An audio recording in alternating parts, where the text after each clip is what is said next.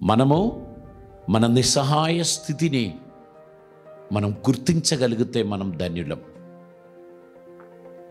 అది మొదటి అంశం. రెండవది,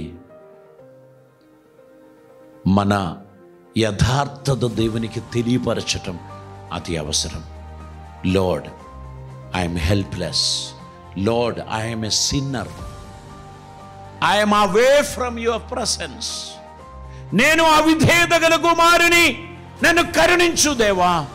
నీ మాటలను నేను త్రోసివేశాను. అందరి ముందు నేనేమో నటన చేస్తున్నాను, కానీ నీ సన్నిధిలో I'm not right. Sorry lord అని దేవునికి ఎవరైతే చెబుతారో దేవుడు వారు హెచ్చిస్తారు, ఆశీర్వదిస్తాడు. రోమాపత్రిక 3వ అధ్యాయం 23వ వచనంలో మనం చదువుతున్నాం, ఏ భేదం లేదు, అందరూ పాపము చేసి దేవుడు అనుగ్రహించు మహిమను పొందలేకపోవచ్చున్నారు. దేవునికి స్తోత్రం.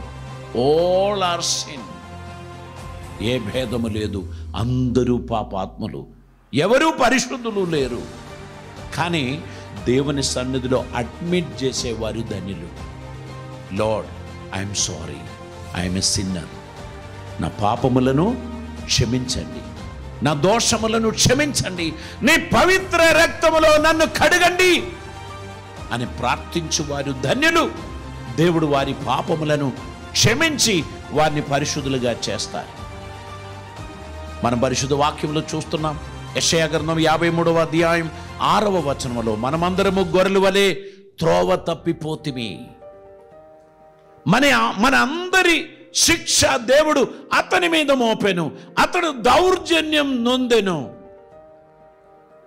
మొత్తబడ్డాడు, బాధింపబడ్డాడు, మన నిమిత్తం ఆయన శిక్షింపబడ్డాడు. మన పాపమునకు పరిహారం ఆయన చేశాడు. యేసయ్య తన శరీరములో మన నిమిత్తమైన శిక్షను అనుభవించాడు.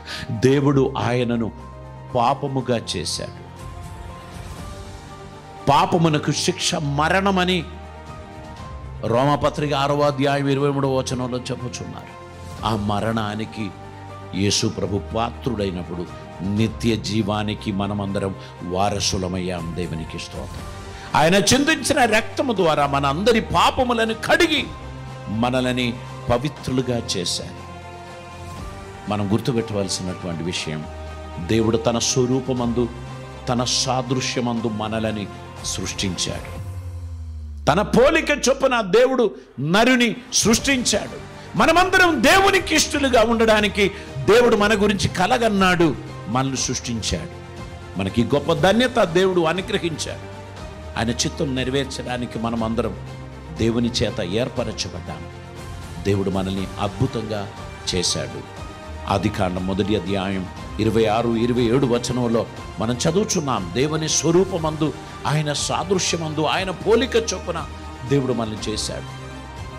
కానీ మనం ఆయన కృపను పోగొట్టుకున్నాం, ఆయన సన్నిధిని పోగొట్టుకున్నాం. మనం దేవునికి దూరం అయిపోయాం. మన అహం, మన గర్వం, మన జీవితంలో జరిగిన పొరపాటు వలన దేవునికి మనం దూరస్థులమైపోయాం. ఇప్పుడు మనం తిరిగి ఆయన సన్నిధికి రావాలని దేవుడు మన గురించి కోరుచున్నారు. మన జీవితము గర్వంతో నిండింది. ఎవరికి తలవంచని సింహంలాగా మనం బిహేవ్ చేశాం. ఎవరి ఎడల కూడా దీనత్వం లేని ఒక ప్రత్యేకమైన భావం. ఐ డోంట్ కేర్, ఎవరు నాతో ఏది చెప్పినా నేను పట్టించుకోను. This is me, nobody can change me, nobody can touch me అనేటువంటి యాటిట్యూడ్తో పెద్దల ఉపదేశములు, పెద్దల హెచ్చరికలు ఏది మనం పట్టించుకోలేదు. మనలో మన అహం పెరిగిపోయింది. మనం అది దేవుని సన్నిధిలో ఒప్పుకోవాలి. Lord, I'm a proudish fellow. Change, help me to change my heart. నా హృదయమును మార్చడానికి, వినయము కలగడానికి నేను ప్రయత్నిస్తున్నాను, నాకు సహాయం చేయండి అని మనం ప్రభు సన్నిధిలో ప్రార్థన. ఏంటి మన అహానికి కారణం? We are intellectuals, we are more than anyone qualified. We have so many degrees, we have big salaries.